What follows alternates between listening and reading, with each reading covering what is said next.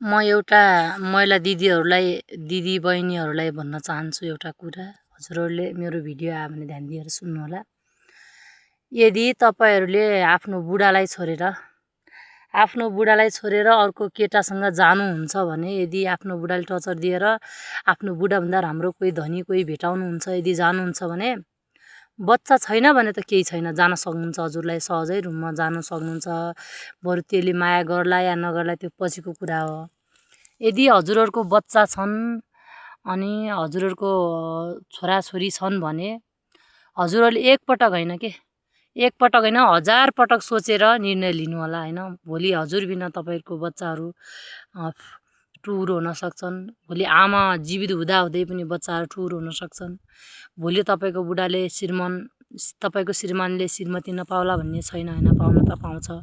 तर तपाईको बच्चालाई जो तपाईको निर्दोष सन्तान छ, त्यो सन्तानलाई बुझ्दिने कि नबुझ्दिने। जबकि तपाईहरु आफ्नै जन्म दिएको सन्तानलाई तपाईहरुले छोडेर जानुहुन्छ भने अर्कोले त कदापि पनि बुझ्दैन के हैन।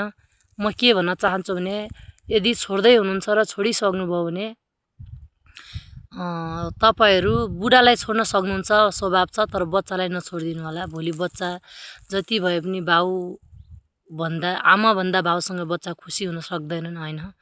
त्यति कुरा नै हो। के गर्नुहुन्छ, तपाईहरु त खुसी हुनुहुन्छ होला पराई पुरुषसँग गएर हैन, धनीसँग भेटेर, राम्रो पुरुषसँग भेटेर राम्रो खुसी हुनुहुन्छ होला। तर त्यो बच्चाको भविष्य हेर्नुस् त कस्तो डामरल हुन्छ।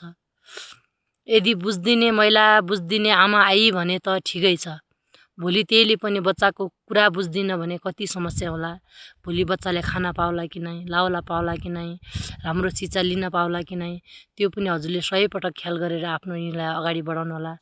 मेरो कुरा कस्तो छ सबैले सुनिदिनु होला र शेयर गरिदिनु होला।